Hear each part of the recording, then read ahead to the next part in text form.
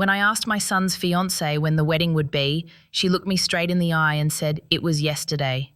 Just like that, no hesitation, no apology, as if I didn't exist. I remember standing there in my kitchen, the coffee still warm in my hand, while those words cut right through me. Yesterday. The wedding had already happened. My son, the boy I raised alone after his father died, had married her without even telling me. I didn't cry. Not right away. I just stood there, feeling like someone had quietly erased me from the story of my own life. And the worst part wasn't the betrayal. It was realizing how easily they'd done it. When my husband Paul passed away 5 years ago, the house suddenly became too quiet. I used to hate the sound of the old floorboards creaking under his steps, but after he was gone, that sound became something I missed so deeply it hurt. He used to hum every morning, out of tune, making coffee like it was a ritual. Now, the silence in this house feels heavy, like it's pressing down on my chest. Ethan was all I had left, my only son, my reason to get up every day, even when I didn't feel like it. He lived 2 hours away in Portland and worked long hours in tech. I didn't want to bother him, so I'd text him simple things. Hi, sweetheart, just checking in, or made your favorite pie today. He always replied with a heart emoji or a quick love you, mum. Short messages, but I held on to them like treasures. Then one day he called and said he'd met someone. Her name was Vanessa. I could tell from the way he said her name that he was gone already, emotionally. The kind of tone a man uses when he's not just in love, he's consumed. He brought her over that spring. She was beautiful, polished, the kind of woman who knows how to take up space without seeming to. Perfectly straight hair, nails done, soft perfume that lingered in the air after she left. She smiled a lot, but it was the kind of smile that never reached her eyes. Still, I told myself not to judge. My son was happy, and that was supposed to be enough. The first visit went well enough. I made roast chicken, mashed potatoes, and green beans. Nothing fancy, but the kind of meal Ethan grew up with. Vanessa barely ate. She said she was cutting carbs. Instead, she complimented the tablecloth, the curtains, the cozy small-town vibe. Every word she said felt like a polite insult dressed in silk, but Ethan didn't notice. He just looked at her like she was sunlight. After they left, I found her coffee cup on the counter, lipstick still on the rim, a faint pink print. It's strange what details stick in your mind.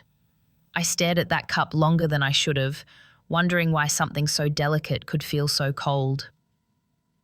Over the months, Ethan visited less. He said work was crazy, then that Vanessa's schedule was packed, then that they'd start coming once things settled down. They never did. I tried not to take it personally.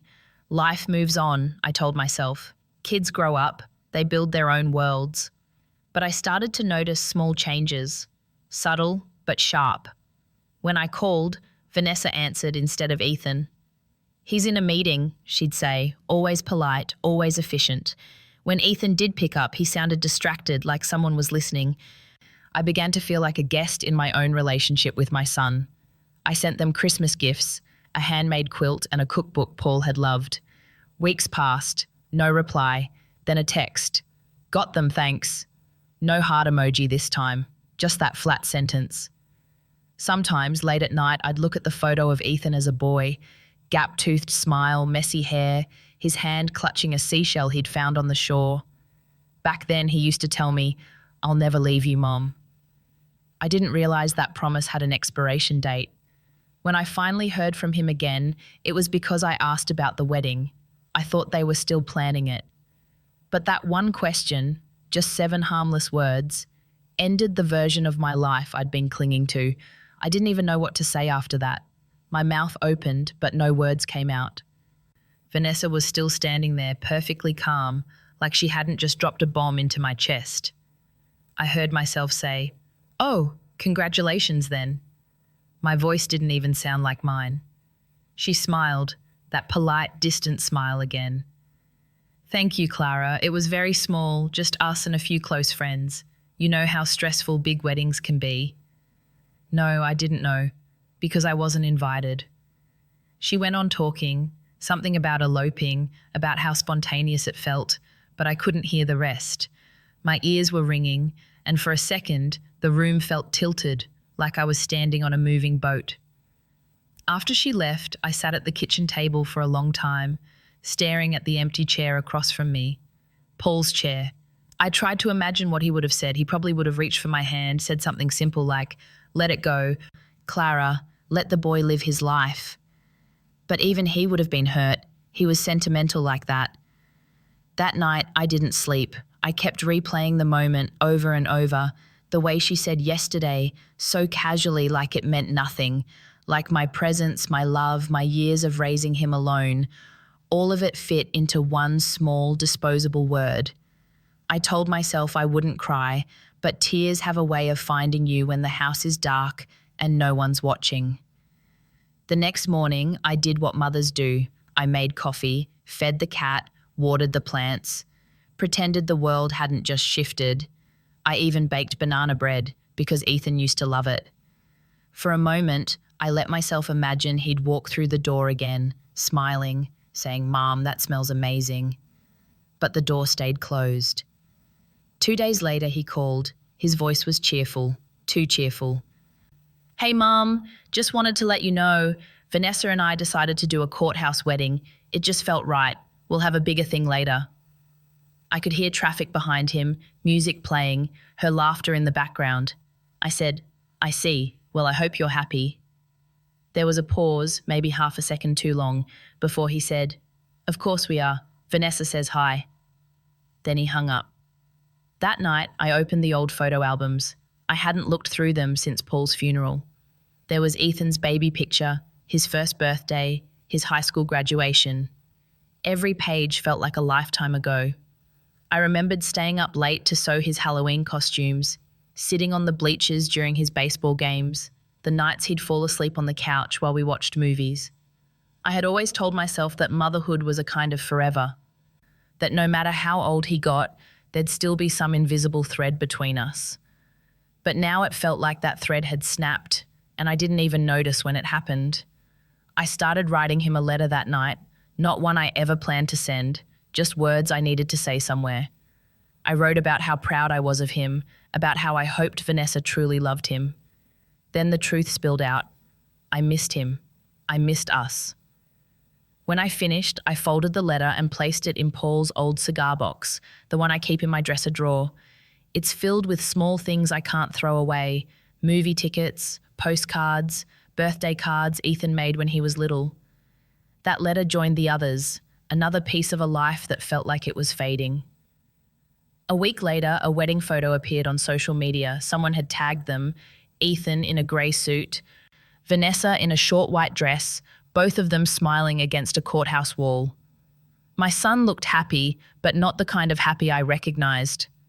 I stared at that picture for a long time.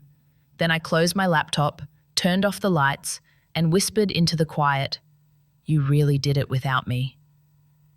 The house made no sound back, just the ticking of the clock, counting time that suddenly felt longer than ever.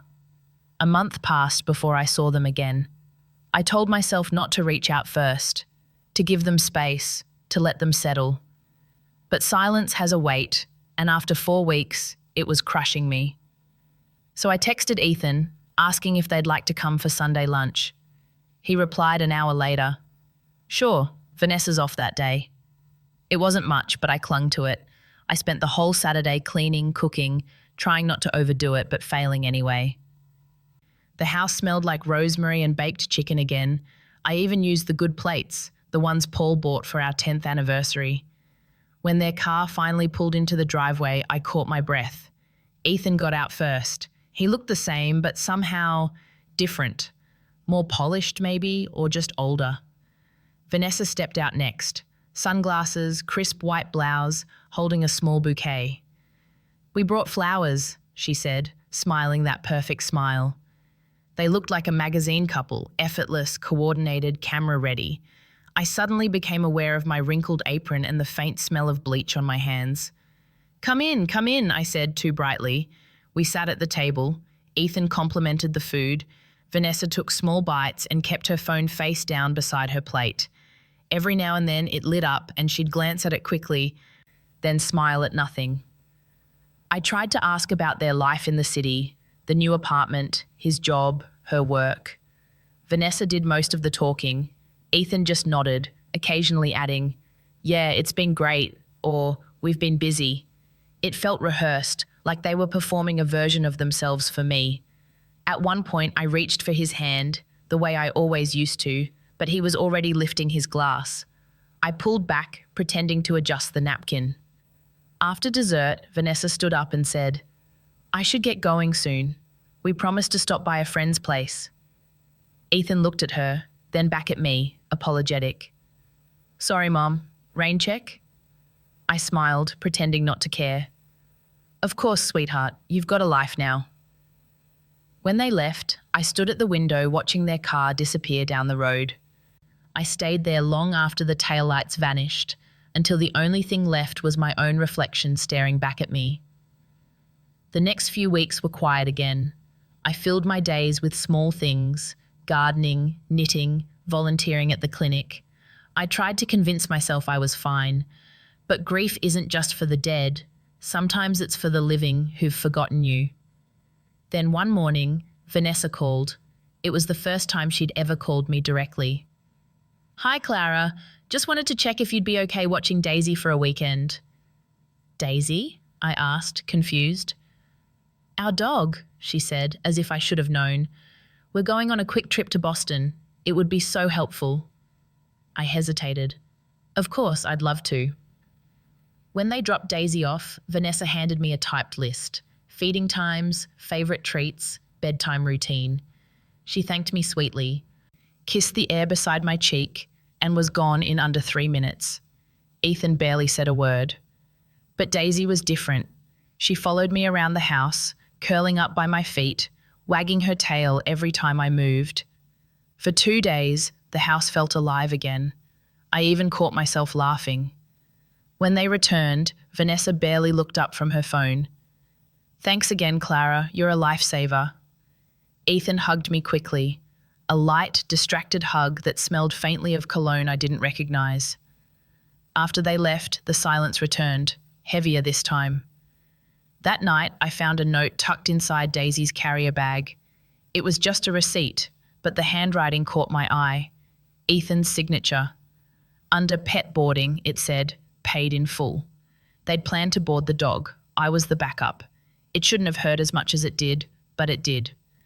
Because love, real love, is never an afterthought. And I was starting to realize that's what I'd become. I tried not to see patterns, but once you notice the shape of something, you can't unsee it. Vanessa started calling more often, not to talk, but to organize. "Ethan's birthday dinner is next weekend," she'd say. "We're keeping it small this year, just a few of his colleagues." Always phrased kindly, but the meaning was clear. I wasn't on the list. The first time, I brushed it off. Maybe the restaurant was too crowded. Maybe she thought I wouldn't enjoy it. But when it happened again and again, the excuses began to sound rehearsed. She sent photos afterward, Ethan smiling beside her, a candlelit table, captions like, "Just us." Always us, never family. I didn't want to resent her. I really didn't. I tried to remember that Ethan chose her, that he was building a life. But each time she spoke to me, I felt like she was drawing invisible lines between what was hers and what was no longer mine. One Sunday, I called Ethan just to say hello.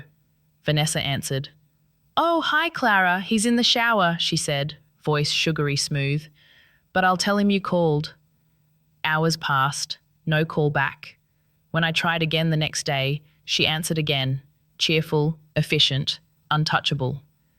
"Ethan's swamped this week. Maybe he'll ring you when he can." He didn't. I started leaving shorter messages, then none at all. The last one I sent was just, "Thinking of you." It stayed on read.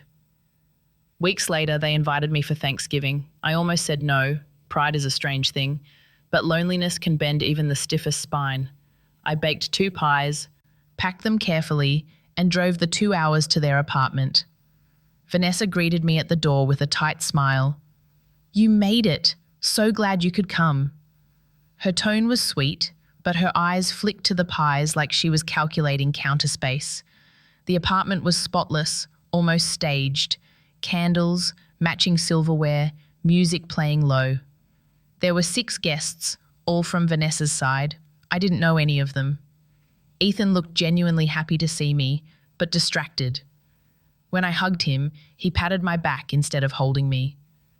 Dinner was pleasant enough, but every conversation felt filtered. When I mentioned Ethan's childhood, his first fishing trip, the time he broke his arm, Vanessa laughed lightly and said, "Oh, I've heard that story," then turned to another guest before I could finish. I sat quietly after that, smiling when appropriate, nodding when spoken to. The table buzzed with laughter, but it all felt far away. After dinner, I started to help clear the table. Vanessa stopped me with a gentle hand on my wrist. "Oh no, Clara, please, you're a guest." Something about the way she said guest landed wrong. When I got home that night, I placed the leftover pie on the counter and didn't touch it. The house felt emptier than usual, as if the silence was mocking me. A few days later, a card arrived in the mail, a thank you note from Vanessa, signed neatly, with love, Vanessa and Ethan. Her handwriting was elegant, perfect loops, no smudges. Ethan's name looked like it had been added after, in a different pen. That night, I reread old text messages, the ones from before. Love you, Mum. Miss you. Call you tomorrow. Each one a small piece of a version of him I couldn't seem to reach anymore. I used to think losing someone meant death. Now I knew better. You can lose a person who's still breathing, who still walks and laughs and eats. They just stop being yours. Sometimes I'd sit on the porch with Daisy when they let me watch her again. The ocean was visible from my front yard, grey and calm, waves moving like the slow pulse of time. I'd imagine Ethan as a boy again, running along that same shore, yelling for me to look at what he found. I'd call back, "I see you." Now, no matter how loud I tried to reach him, it felt like he couldn't hear me anymore. Or maybe he just didn't want to. It was early spring when Vanessa started asking questions that didn't sound like questions. "Clara, have you ever thought about moving closer to the city?" she asked one afternoon, over tea on my porch. She'd stopped by just to visit, though Ethan wasn't with her. Her smile was easy, her tone casual, too casual. "I like it here," I said. "Been in this house for 40 years. Paul built half of it himself." She nodded, stirring her tea, eyes drifting around the porch, the chipped railings, the old wicker chairs, the view of the water beyond the dunes. "It's lovely. So much potential." "Potential for what?" I asked. She smiled. "For something new. You know, these old coastal houses. People love to rent them out for vacations now. You could make a fortune with a little renovation." Her words landed softly, but my stomach tightened. I'd lived long enough to know when someone was looking at something versus seeing it. Vanessa wasn't admiring the house. She was appraising it. A few weeks later, Ethan called. He sounded distracted but cheerful. "Vanessa's been helping me look at some investment options. She's really good with that stuff, Mum. Knows all about real estate." "Does she now?" I said. He chuckled. "Yeah, she mentioned how your place could be amazing as an Airbnb. Said she'd help you get started if you ever wanted." I wanted to laugh, but it came out bitter instead.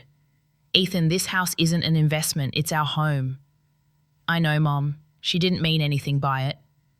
But she did. I could feel it. After that, Vanessa began showing up more, sometimes with coffee, sometimes with excuses. "Ethan's working late," she'd say. I was nearby, thought I'd check in.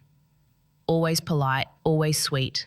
She'd compliment my garden, ask about my health, bring up how expensive maintenance must be for an older home.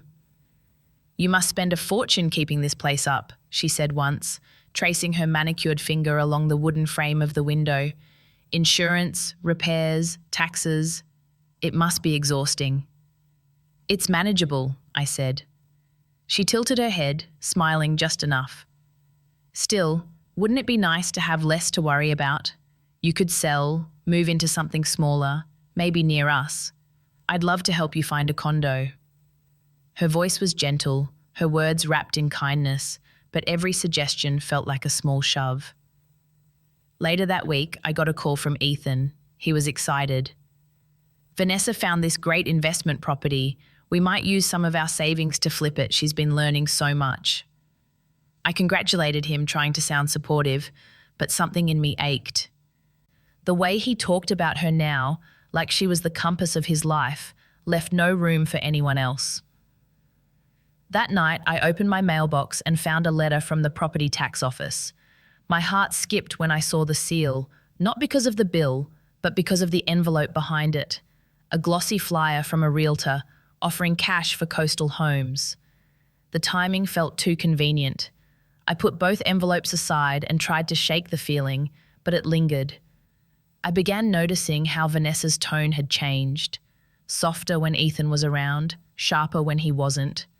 She'd interrupt me mid-sentence, finish my thoughts, correct small details about stories I told. And Ethan never noticed, or maybe he chose not to. One afternoon, while we were having lunch together, I caught her looking around the living room again. The framed photos, Paul's old armchair, the fireplace mantle.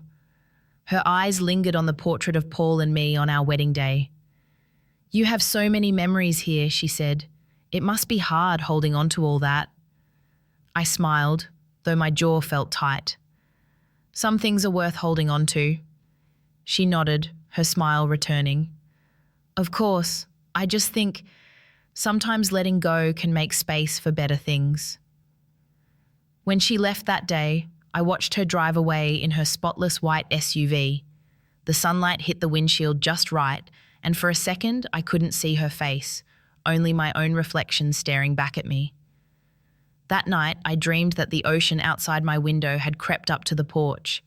The water was calm, almost kind, but it kept rising until the house began to float. When I woke, my heart was pounding. Maybe it was just a dream. Or maybe my mind was trying to tell me something, that things I thought were steady could slip away quietly if I wasn't paying attention. It started with the mail. Vanessa began picking it up whenever she came over, saying she wanted to help organize. At first it was harmless, sorting bills, stacking letters neatly on the counter. Then one day I noticed an envelope missing. It was from the insurance company. "Oh, I opened that for you," she said when I asked. "You always say those forms are confusing. Don't worry, I handled it." Handled it. Those words made me uneasy. "Vanessa, I appreciate your help," I said carefully, "but I can take care of my own mail." She smiled, soft but firm. "Of course, I just don't want you to stress." The next week she arrived with a folder, color-coded tabs, sticky notes, highlighters. "I made a system for your paperwork," she said proudly. "Taxes, utilities, bank statements. You'll thank me later." Ethan stood behind her, smiling. "She's amazing, Mom. You wouldn't believe how organized she is." I forced a smile. "I can see that." When they left, I flipped through the folder. Everything was neat, efficient, except my will, which was missing from the drawer where I kept it. I looked everywhere. Gone. I didn't want to accuse anyone, not yet. But that night I couldn't sleep. I kept picturing her calm face, that smooth tone, the way she called me Clara instead of Mom. Always polite, always a little too professional, like she was preparing a file, not talking to a person. A few days later, Ethan called. "Vanessa mentioned your roof needs repair. We can help cover the cost if you want." She found a contractor. "I haven't even called for an estimate," I said. "Oh, well, she already did. They'll swing by tomorrow." My chest tightened. "Ethan, you don't have to do that." "Mom," he said, a hint of impatience in his voice. "She's just trying to help. Why are you making it sound like a problem?" That was the first time I heard that tone from him, defensive, distant. When the contractor came, he didn't look at me. He looked at Vanessa, who stood in my driveway, clipboard in hand. They spoke in a language of plans and numbers, while I stood there like a bystander. After he left, Vanessa turned to me, cheerful as ever. "You'll love the new shingles. I told him to go with the weatherproof kind, better for resale." "Resale?" I repeated. She blinked, then smiled. "Oh, I just mean it increases value. You never know what the future holds. I wanted to scream, but instead I said, "You're right, you never know." That night, I found my will again, tucked neatly into the new folder she'd made, under a tab labeled legal. I took it out, read it twice, then moved it to my dresser drawer under Paul's things. I slept with the drawer locked. The following weekend, Ethan came alone. He looked tired, like someone had drained the light out of him. "Mom," he began, sitting at the table, "Vanessa feels like you don't trust her." "I wonder why," I said quietly. He sighed. "She's just trying to make things easier for you. She worries about you living out here by yourself. You should be grateful." That word, grateful, burned. "Ethan," I said, steady but calm, "I don't need her managing my life or my house." He rubbed his temples. "You always think the worst of people." I wanted to tell him that I didn't, that I had trusted people all my life, and it had cost me every time. But looking at his face, the tired eyes that used to hold such warmth, I knew it wouldn't matter. He wasn't listening to me anymore, he was listening to her. Before he left, he kissed my cheek and said, "Please, try to get along, for me." When the door closed, I sat at the table staring at his untouched coffee. The steam had faded, leaving a thin skin across the top, fragile, cold. That night, I made a decision. I called my lawyer, a quiet man named Harris I'd known since Paul died. "I think I should make a few updates," I told him. "Of course, Mrs. Jennings," he said. "Do you want to move up your next appointment?" "Yes," I said. "Soon." When I hung up, I felt something I hadn't in months. Not relief exactly, but control. A small, steady flicker of it. I didn't know yet what Vanessa was planning, but I wasn't going to wait to find out. The next morning, I drove into town to meet Mr. Harris. His office was small, tucked behind the post office, with the same worn carpet and the same faint smell of coffee it had always had. He looked surprised to see me. "Clara, it's been a while," he said, standing up from his desk. "How are you holding up?" "I'm fine," I lied. "I just need to make some updates." He nodded, patient as ever, sliding a legal pad across the table. "Tell me what you'd like to change." I took a deep breath. "Everything." We went over the details slowly. I told him about the house, the savings, Paul's old life insurance. He listened without judgment, just writing notes. When we were done, he looked up and said gently, "You want to make sure the house doesn't go to your son and his wife?" "I want it to go somewhere it will matter," I said. "There's a hospice centre nearby. They took care of Paul at the end. They could use it more than anyone else." He nodded. "It's your decision." For the first time in months, I felt steady, like the ground under my feet was mine again. When I got home, I saw Vanessa's car in the driveway. She was sitting on the porch steps, scrolling through her phone. "There you are," she said, standing up. "We were worried." We. She always spoke like that, as if Ethan and she were a single unit, and I was something outside of it. "I just had some errands," I said. She smiled. "I told Ethan you shouldn't be driving so much. Maybe we can handle those things for you next time." I ignored the comment and walked past her. She followed me into the kitchen, still talking, about some new business idea, about how the market was changing. I nodded when necessary, but my mind was elsewhere. She stopped when she noticed the stack of papers on the counter, my copies from Mr. Harris.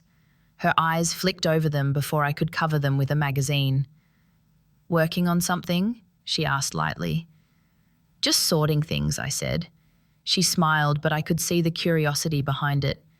"You're so independent, Clara. I admire that." The next few weeks, she started visiting more often. Sometimes she brought groceries I hadn't asked for.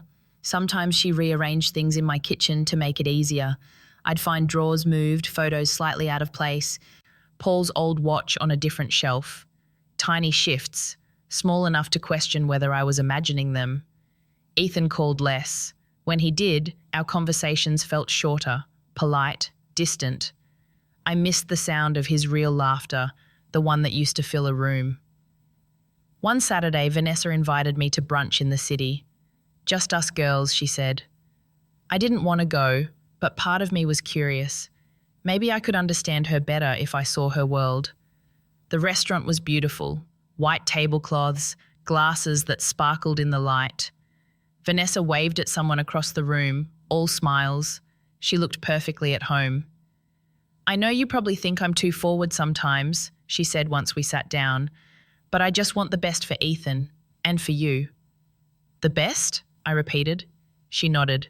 You've done enough, Clara. You've given your whole life to this house, to him. It's time to rest. Let us take care of things.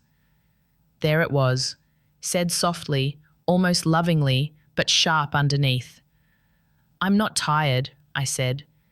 She smiled, eyes steady on mine. Everyone gets tired eventually.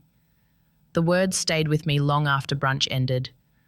On the drive home, I caught myself gripping the steering wheel so tight my knuckles went white. When I reached the house, I sat in the car for a few minutes, staring at the porch. The same porch where Paul once stood waiting for me with flowers. The same steps where Vanessa had sat that morning, scrolling through her phone like she already belonged there. I knew then that whatever game she was playing, it wasn't just about control, it was about ownership. So that night, I opened my new will again. I read every word carefully, then signed it in the quiet of my kitchen. No witnesses, no fanfare, just the sound of my pen on paper and the steady tick of the clock. For the first time, the silence in the house didn't scare me. It felt like armor. 2 weeks later, Vanessa showed up again, unannounced this time. Her car pulled up just as I was watering the garden. She waved through the windshield before stepping out, all smiles and perfume. Clara, I was in the area and thought I'd stop by.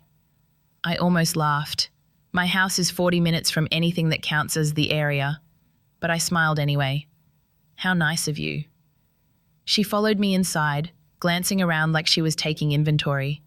Her eyes landed on the kitchen counter, bare, except for a cup of coffee and yesterday's newspaper. The papers from Mr. Harris were nowhere in sight. I'd locked them in Paul's old desk. I haven't seen Ethan much lately, I said, testing her tone. Oh, he's been so busy, she replied, wandering toward the living room. Big project at work. He's really doing well, you'd be proud. I always am. She stopped at the bookshelf, running her fingers along the spines. You have so many documents here, old records, right?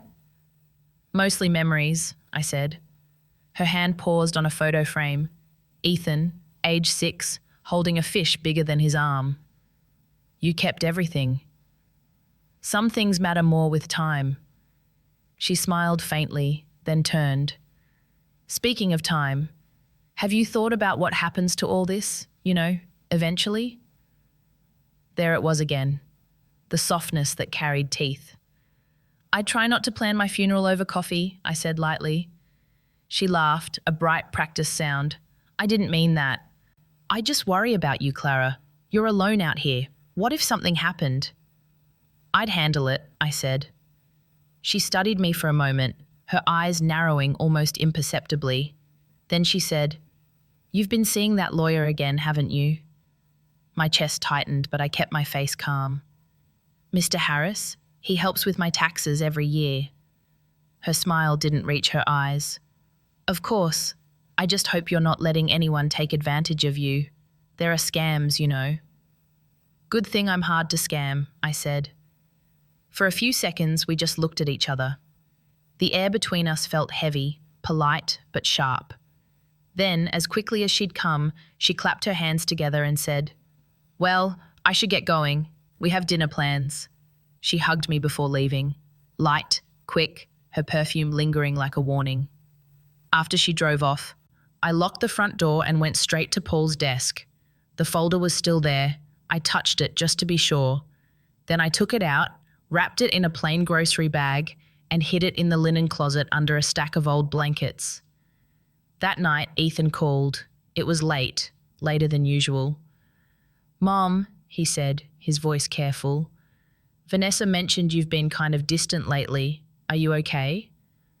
I'm fine, I said. Just busy. Busy with what? The way he asked made me pause. He didn't mean it with curiosity. It sounded like he was checking on something. Just life, Ethan. He exhaled softly. You know you can tell me anything, right? I wanted to believe that. I wanted to tell him everything, how I saw the way she looked around the house, how she opened drawers when she thought I wasn't watching, how her sweetness was starting to sound like surveillance. But I couldn't. If I said it out loud, I'd sound paranoid, and that's exactly what she wanted. Of course, I said. I'm fine. We hung up after a few minutes, both pretending things were normal. The next morning, I found a note taped to my door, a single sheet of paper, typed neatly. You forgot your appointment yesterday. Dr. Keane, 10:30 a.m. There was no signature, just that line. But I hadn't made any appointment. And the only person who'd been there yesterday was Vanessa. I looked around the porch, nothing disturbed, everything still. But the feeling in my chest didn't fade. That afternoon, I went to see Mr. Harris again. I need to finalize everything, I told him, and I want copies, sealed. He nodded, not asking questions. When I got home, I made tea and sat by the window, watching the waves roll in. For the first time, I realized how quiet defense can be, how strength doesn't always sound like shouting. Sometimes it sounds like not saying a word. I knew Vanessa would be back. People like her always come back. Not because they care, but because they can't stand not knowing what you're hiding. Vanessa came again the following weekend, this time with Ethan. It had been weeks since I'd seen them together. They brought flowers, white lilies, the kind Paul used to hate because they reminded him of funerals. Surprise visit, Ethan said, kissing my cheek. He smelled of aftershave and distance. How nice, I said, setting the flowers in a vase. To what do I owe it? Vanessa laughed. Do we need a reason? Maybe not, but she never did anything without one. We sat in the living room. Ethan talked about work, the usual surface-level chatter, while Vanessa listened, smiling too much. Her gaze kept drifting to the bookshelves, the drawers, the hallway. Every glance felt like a question. At one point, she leaned forward. Clara, do you still have that attorney friend? What's his name, Mr. Harris? I felt my pulse quicken, but my voice stayed even. Yes, why? Oh, nothing serious, she said, waving a hand. It's just that Ethan and I have been thinking about updating our wills too. You know, just being responsible adults. Ethan nodded, clearly unaware of the undertone. Yeah, she's right. We figured it's time. That's smart, I said. Vanessa smiled. Maybe you could share his contact. I heard he's very thorough. There it was, the real reason. I'll look it up for you, I said. She beamed, satisfied. But later, when she used the restroom, I heard the faint sound of drawers opening down the hall. The bathroom door never creaked that way. I walked toward the noise quietly. She was standing in the study, her hand on the desk drawer, the one that used to hold the folder. Looking for something? I asked. She turned, startled but quick to recover. Oh, I thought this was the restroom. The one you've used 3 times before? I asked. She laughed softly. Right, my mistake. Ethan appeared behind me, smiling awkwardly. Everything okay? Fine, I said. Vanessa brushed past me, her perfume trailing like smoke. I just get turned around in old houses, she said. After they left, I stood in the doorway for a long time, my heart beating steady but hard. I checked the linen closet. The folder was still there, wrapped in its grocery bag cocoon. Safe, for now. A few days later, Ethan called again. This time, his tone was off. Mom, Vanessa said you seemed tense last weekend. Is everything all right? I'm fine. She's worried about you. She thinks maybe the house is too much to handle alone. I closed my eyes. Ethan, I've been handling this house since before you were born. I know, Mom, but things change. We could help. Help? I asked. Or take over? There was a pause. That's not fair. Neither is pretending I'm helpless, I said softly. He sighed. Vanessa just wants what's best for everyone. For everyone, I repeated. Or for herself. Mum. Ethan, I interrupted, my voice steady. Do you really think she came by last week just to chat? He hesitated, and in that silence I heard it, the crack between them. Small, but there. I don't know what you're implying, he said finally. I'm not implying anything. I'm telling you to be careful. That night, I sat by the window watching the ocean. The moonlight stretched across the water like a path leading nowhere. I thought about the way Vanessa moved through my house. Graceful, practiced, always knowing what to touch and what to leave alone. Control isn't always loud. Sometimes it wears kindness like a costume. The next morning, I received an email from Mr. Harris confirming that everything had been finalized. The house, the assets, all secured exactly as I wanted. I printed the confirmation and placed it in a plain envelope, then slid it into the back of Paul's old Bible on the top shelf. If Vanessa came looking again, she wouldn't find anything. That weekend, she texted, "Hi, Clara. Thinking of dropping by tomorrow. Want me to bring groceries?" I typed, "Sure, that would be lovely," and sent it. Then I unplugged the landline, locked the drawers, and waited. Because sometimes when someone thinks they're closing in, the smartest thing to do is let them believe it. Vanessa arrived the next morning, just as she promised. She carried 2 paper bags and a bright smile that didn't reach her eyes. "Brought a few things for you," she said, setting the bags on the counter. "Groceries, some vitamins, and a few supplements I swear by. You'll feel amazing." "That's very thoughtful," I said. She moved through the kitchen like she owned it, opening cabinets, rearranging spices, checking expiration dates. I watched her quietly. She wasn't helping, she was inspecting. After a few minutes, she turned and said, "You know, Clara, this place could use a little update. Maybe a fresh coat of paint, new flooring. Ethan and I were talking. We could help you set that up. It might even raise the value." "I like it the way it is," I said. She laughed lightly. "Of course, but imagine how much easier it would be to sell someday if—" "I'm not selling." The room went silent. She blinked, then smiled again, too quickly. "I didn't mean now. I just think you'd feel better with less to worry about." "I'm fine with what I have," I said. Her eyes lingered on me for a second too long, then she changed the subject.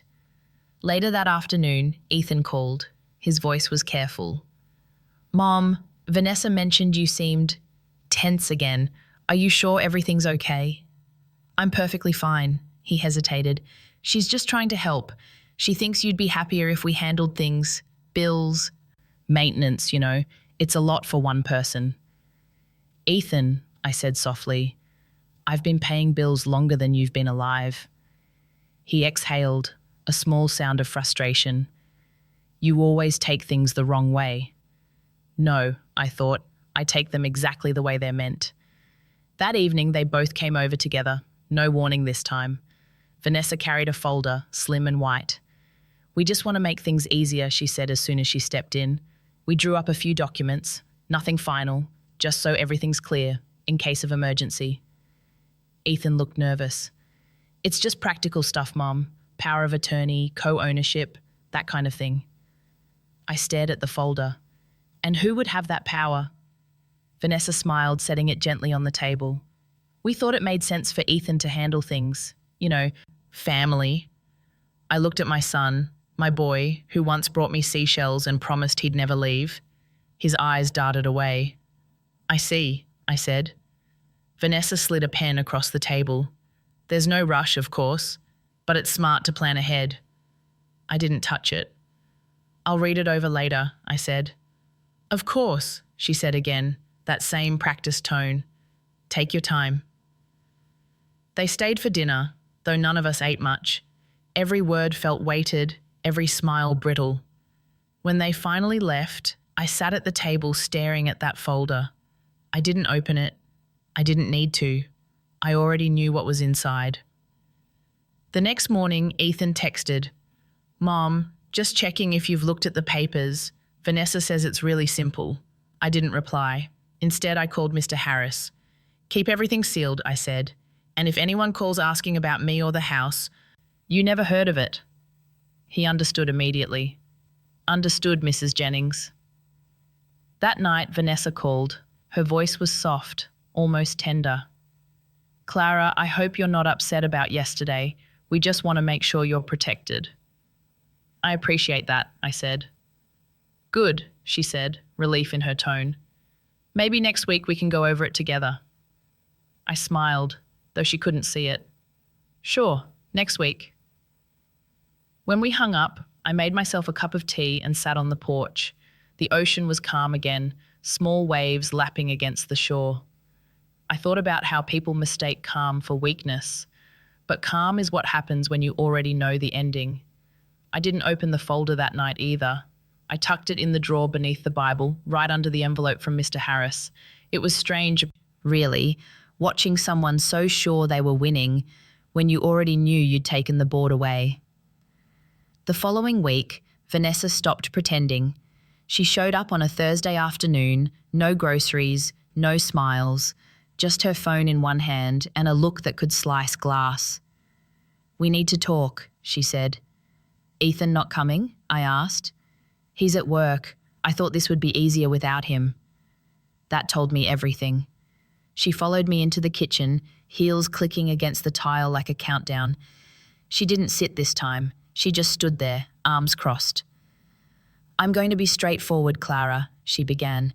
"We can't keep doing this dance. The house, the bills, the paperwork, it's too much for you. It's time to make decisions." I poured myself coffee. "I've made them." Her lips tightened. "Then make me understand them." "Because Ethan doesn't."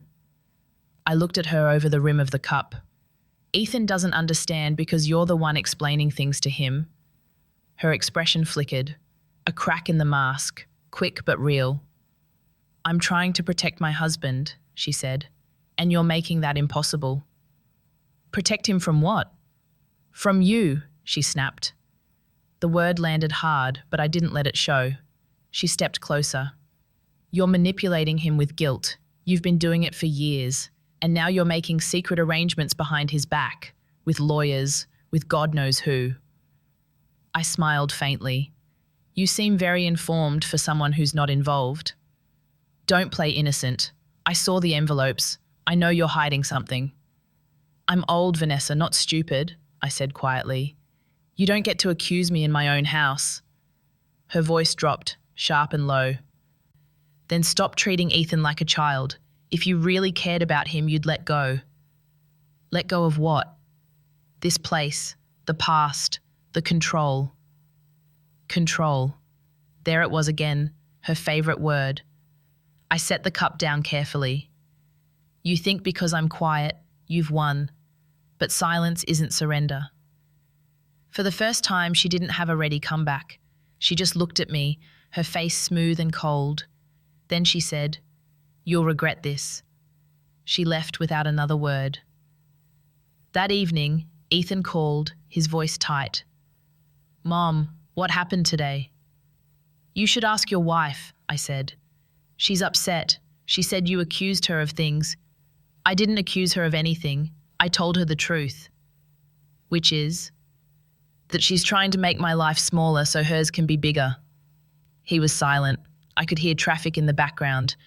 Maybe the sound of him rubbing his forehead the way Paul used to when he was torn between two sides. "Mom," he said finally, "I love you, but you're making this hard."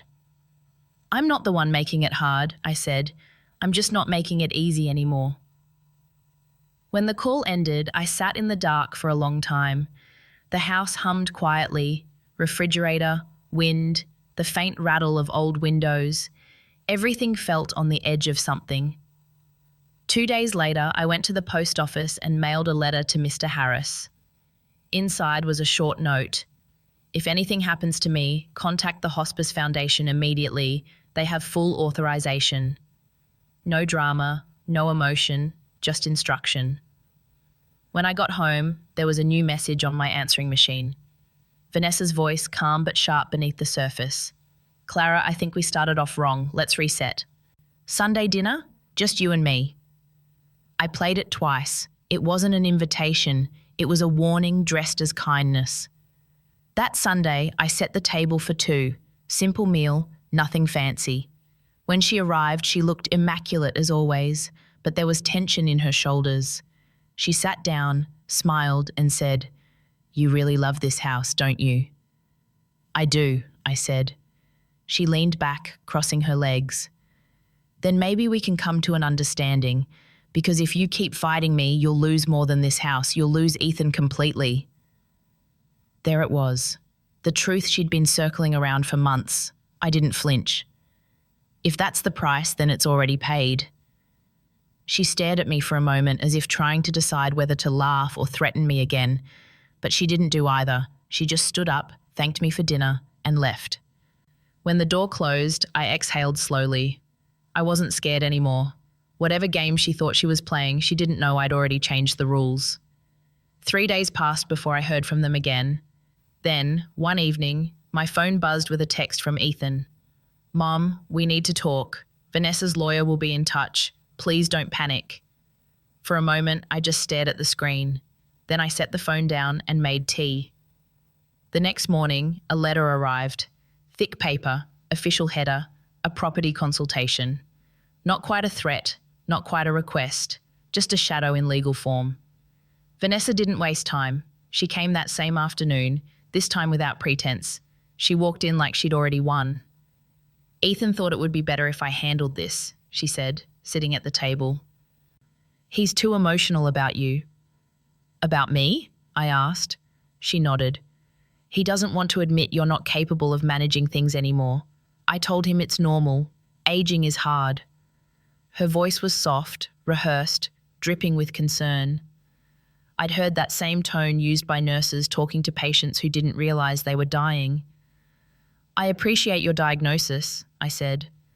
She smiled, ignoring the bite. "If you just sign over partial rights, everything could be easier. We can manage taxes, maintenance, all that stress. You can focus on your health." "My health is fine," her smile faltered. "You can't keep this up forever, Clara. And Ethan, well, he's torn. He loves you, but he has to think about our future too." "So do I said. She tilted her head. "Then do the right thing." I stood up, slow and steady. "I already have." For the first time, she looked unsure. She left soon after, but not before saying, "Don't make this harder than it has to be." That night, I couldn't sleep. The moonlight spilled across the kitchen floor, soft and cold. I thought about Paul, how he used to say that evil rarely arrives shouting. It comes smiling, holding a clipboard. The next day, Ethan showed up alone. He looked exhausted, like someone who hadn't slept in days. "Mum," he said, "Vanessa thinks you're being manipulated by someone. She's worried this lawyer is scamming you." I almost laughed. "Mr. Harris? He's known me longer than she's known you." Ethan rubbed his face. "I don't know what to believe anymore."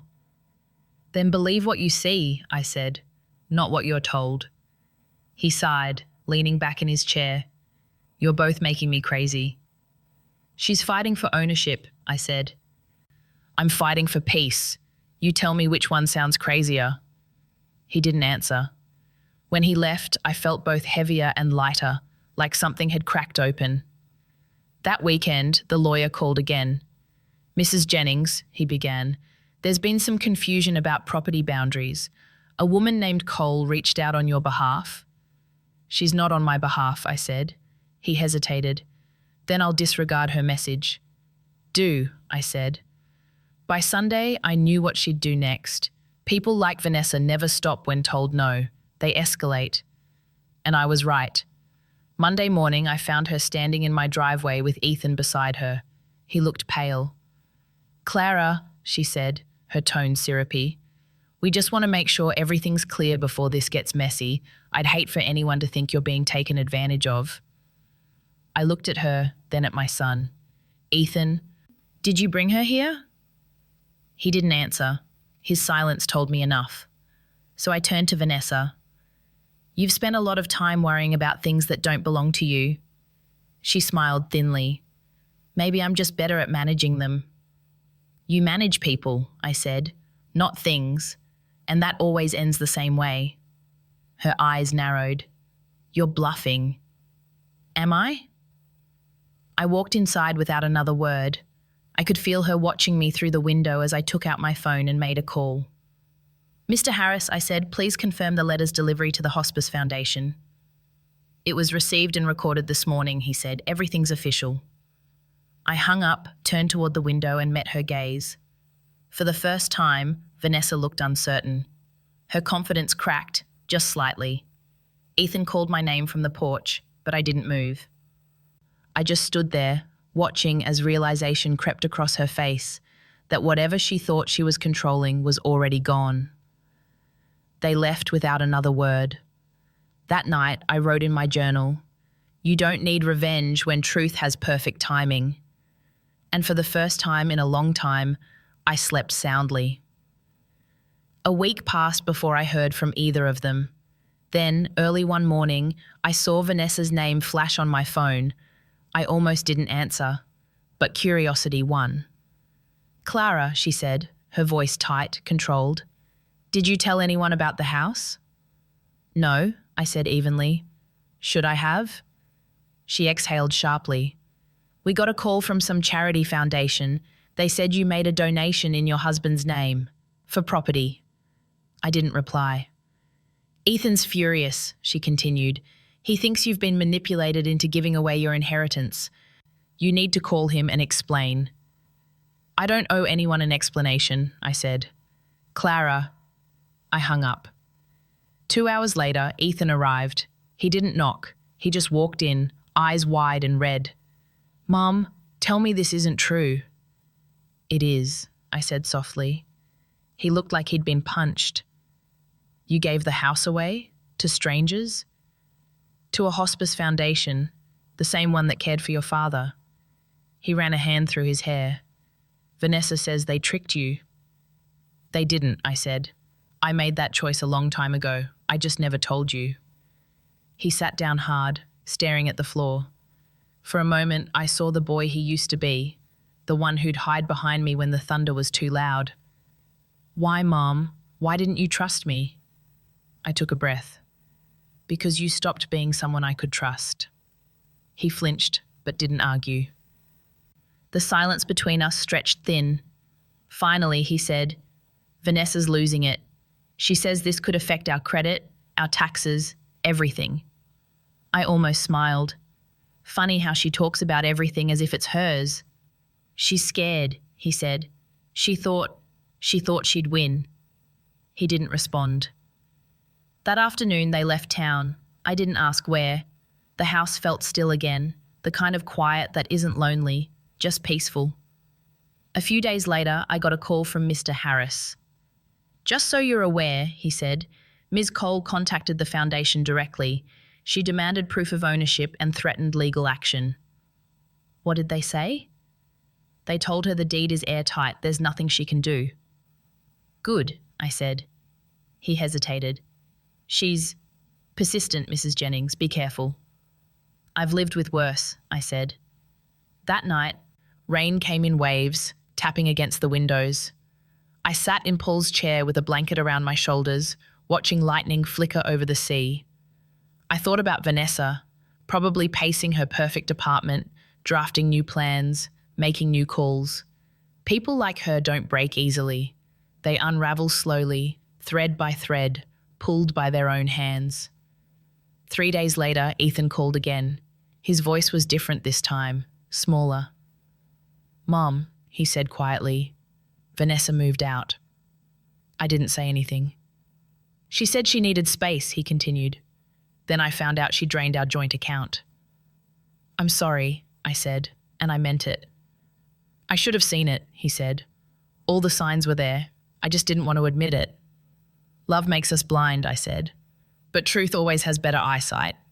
He laughed, not joyfully, but like someone remembering how. "You always have a line for everything." "I've had a lot of time to think," I said. He was quiet for a while, then said, "Do you hate me for how I treated you?" "No," I said. "You were lost. We all get lost sometimes." He sniffed, then laughed again, shaky this time. You sound like Dad. I wish he were here, I said softly. Me too. When we hung up, I sat for a long while, listening to the rain ease into silence. I wasn't happy, exactly. But there was a lightness inside me, the kind that comes after a long, hard storm, when you realize the roof held after all. That night, I wrote in my journal again. Peace doesn't arrive with apologies. It arrives when you stop needing them. Outside, the tide was low, the moon half hidden. Somewhere out there, Vanessa was learning what it felt like to lose control. And I didn't need to see it to know the sea always takes back what doesn't belong. It was nearly 2 weeks before I saw Ethan again. I didn't expect him to come, not after everything. But one morning, as I was trimming the roses by the porch, I heard a car door close. He stood there, hands in his pockets, looking smaller somehow. The wind tugged at his jacket, and for a moment I saw the boy he used to be, shy, gentle, full of apology before he even spoke. "Hey, Mom," he said quietly. "Hey," I replied. He stepped closer but didn't cross the porch steps, as if waiting for permission. "Can we talk?" "Of course." We went inside. I made coffee, the old way he liked, 2 sugars, a splash of milk. He sat at the table looking around the kitchen like he hadn't really seen it in years. "It feels smaller," he said. "Maybe you got bigger," I answered. He smiled faintly. Then his expression shifted. "I don't know how to start this." "Then start where it hurts," I said. He looked down at his hands. "I believed her, Mom. Every word. I thought you were trying to control me, that you couldn't let go. She made it sound so reasonable, so kind. I didn't see what she was doing until it was too late." I didn't say anything. I just let him talk. "She drained everything, the account, the savings. She even tried to sell the car. And when I confronted her, she said it was all for us, for our future. Then she walked out." "I'm sorry," I said softly. He nodded, eyes wet. "You warned me. I just didn't want to hear it." "That's how love works sometimes," I said. "We mistake control for care until we can't anymore." He laughed weakly. "Guess I learned it the hard way." "The best lessons are the ones that cost us something," I said. He looked at me then, really looked. The kind of gaze that searches for forgiveness but doesn't know if it'll find any. "Can you ever forgive me?" "There's nothing to forgive," I said. "You were trying to love someone. That's never wrong. You just chose the wrong teacher." He wiped his face, exhaled shakily. "You always know how to make things sound simple." "They're only simple once they're over," I said. For a while we just sat there, the clock ticking between us. Then he said, "What happens now? With the house? With everything?" "The house is taken care of," I said. "When I'm gone, it'll go where it's meant to." He nodded slowly. "I get it. It's fair." I smiled.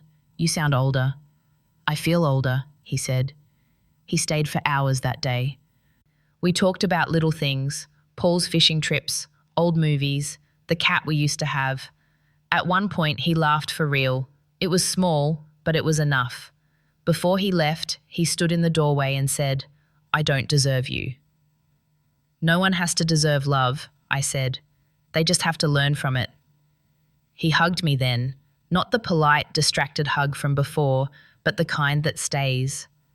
I felt his shoulders shake, and I held on until he steadied. When he drove away, I didn't feel the usual ache, just a quiet kind of peace, the kind that comes from knowing something's finally settled. That night, I sat at my desk and opened my journal again. The last page was blank. I wrote, "Forgiveness isn't about erasing pain, it's about refusing to let pain rewrite who you are." Then I closed the book and turned off the light. Outside, the ocean was calm again, that steady rhythm I'd come to depend on. Somewhere in the distance, a gull cried, and I thought of Paul, of Ethan, of the pieces of love that stay even when everything else changes. I made myself a cup of tea, opened the window, and let the night air in. It smelled like salt and rain and something clean, like starting over. And for the first time in years, I realized I wasn't waiting for anything. Not for an apology, not for justice, not even for understanding, just peace. And peace, when it finally came, was enough. It's been almost a year since everything happened. Sometimes I still wake up expecting to hear Paul's voice in the kitchen or Ethan's car pulling into the driveway. Old habits linger longer than love sometimes, but mornings are quiet now, and I've learnt to like them that way. The house feels different, though not empty. It breathes again. I repainted the porch, fixed the railing, planted lavender along the walkway. Every little thing I do here feels like reclaiming a piece of myself. Ethan visits more often now, not every week, but enough. He brings coffee, fixes things I didn't ask him to fix, tells me about work. He still carries guilt in his eyes, but I don't let him sit in it too long. Guilt is just love that doesn't know where to go. One afternoon, he showed up with a box of old photos. "I found these," he said, smiling a little. Inside were pictures from every stage of our lives, birthdays, holidays, small moments I'd forgotten. Paul laughing with cake on his face, Ethan holding his first bike, me, younger, tired but happy. We spent hours going through them. At one point he said, "You were right, about her." "I wasn't trying to be," I said. "I know, you just saw her clearer than I did." He looked at me then and said, "I don't think I ever told you this, but I'm proud to be your son." It was a small sentence, but it landed deep. I didn't cry. I just reached across the table and squeezed his hand. That was enough. He still talks about moving someday, maybe starting over somewhere new. I tell him he should. Life is too short to stay in the same mistakes. But he always says, "Not yet." Sometimes I think he's waiting until he's sure I'm really okay. Maybe I am. The Hospice Foundation sends me letters every few months, updates about the renovations, pictures of families sitting in the garden, stories of patients finding peace in their final days. They renamed the place the Jennings House. I didn't ask them to. They just did. The first time I saw the sign, I cried in the car. Not from sadness, but from the strange beauty of it. That this house, the place where I lost and loved and rebuilt, would outlive me as a home for others to find comfort in. Paul would have liked that. He believed walls could hold love if you built them right. I spend my days reading, tending the garden, volunteering at the local clinic. I make banana bread sometimes, just because the smell reminds me that sweetness can still come from the same hands that once trembled. People in town still ask about Ethan, about Vanessa. I tell them the truth. He's doing better, and she's somewhere learning her own lessons. I don't say her name with bitterness anymore. She taught me something valuable, that peace doesn't come from being untouched, but from surviving the touch and choosing calm anyway. Every evening, I walk down to the shore with Daisy. She's older now, slower, but she still wags her tail like she understands the rhythm of the waves. I throw pebbles into the water and watch them disappear, each ripple stretching wider, softer, until it fades completely. That's how life feels now, the ripples finally settling. Sometimes I think about what I'd say if Paul were here. Probably something simple like, "I did it, I made it through." And I think he'd smile and say, "I knew you would." Last week, Ethan brought me a small wooden box he made himself. Inside was a seashell, smooth, white, worn by years of salt. "Remember?" he said, "from when I was little." I held it in my palm, the edges soft from time. "I remember," I said. He smiled. "You used to tell me that no matter what happens, the sea always gives something back." I still believe that, I told him. Now, every morning, I place that shell on the windowsill where the sun hits it first. A small reminder that even after loss, there's light. And when people ask me if I ever regret giving the house away, I tell them the truth. No. Because sometimes you have to lose something to prove it was yours all along. I used to think endings were supposed to be loud, that they came with doors slamming, people shouting, tears falling like punctuation marks. But most endings, the real ones, arrive quietly. They slip into your life like a soft evening breeze, and one day you realize the storm has passed. These days, my life is simple. I wake up early, make coffee, open the windows to let the ocean in. The world feels smaller but kinder now. I don't need much, just space to breathe and silence that doesn't hurt anymore. People sometimes ask if I ever feel lonely. I tell them the truth. Being alone isn't the same as being lonely. I was lonelier when I lived surrounded by noise that didn't understand me. Ethan still visits on Sundays. We don't talk about Vanessa anymore. He brings groceries, fixes the squeaky hinges, and stays for dinner. Sometimes he helps me fold laundry and I catch him humming, the same off-key tune his father used to hum every morning. I think that's when I know we're both healing. A few weeks ago, he said, "You seem happier, Mum." I smiled. I stopped waiting for other people to give me permission to be. He laughed, and for once it sounded young again.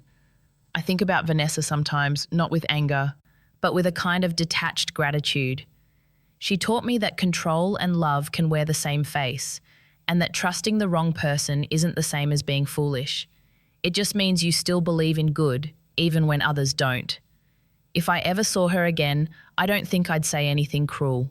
Maybe just, "I hope you learned what you came here to learn." Because I think that's what life does to all of us. It teaches us, whether we ask for it or not. The Hospice Foundation invited me to visit the renovated house last month. I almost said no, but curiosity won. When I got there, I barely recognized it. Bright walls, open windows, laughter echoing down the hall.